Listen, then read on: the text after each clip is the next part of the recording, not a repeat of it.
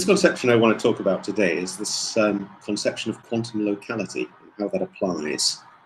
Now, this idea of locality is something which is widely misunderstood in science.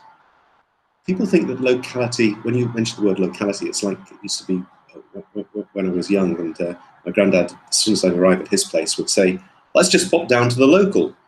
And by that he meant the local pub where he tended the garden for a quick pint of something delicious, something which was nearby. But locality doesn't have to be nearby, and I want to illustrate that with the nature of light. Now, light is a very special thing. For light, the universe is intimately small. And what do I mean by that? I mean that if you look at the relativistic transformations of light, the faster you go, the shorter things become, the shorter things get. So at the speed of light, for light, the distance from A to B for a pure note of light struck through space is nothing at all. It's no distance at all. It's a very short distance. It's within a wavelength distance when light is, as we say in the trade, on mass shell. That is, it is massless.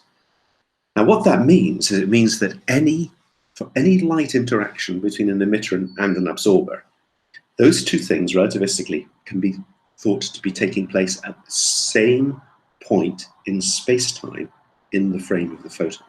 That distance for the photon is no distance at all. And for light, any distance can be local in terms of an interaction. What this means, it means if you go out and have a look on a starry night and you're staring up into space and you see a star, a faraway star, perhaps 10 light years away, it means that for the light which you're seeing it with,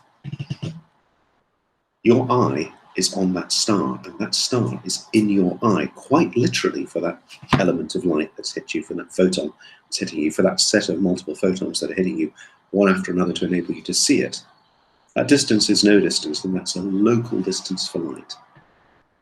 In principle, then, the entire universe, whether it's 4 light years, 10 light years, whether it's a galaxy 1,000 light years away, or whether it's the edge of the universe 15 billion light years away, all of those sizes for light are smaller than a grain of sand, smaller than a mote of dust, intimately local for light.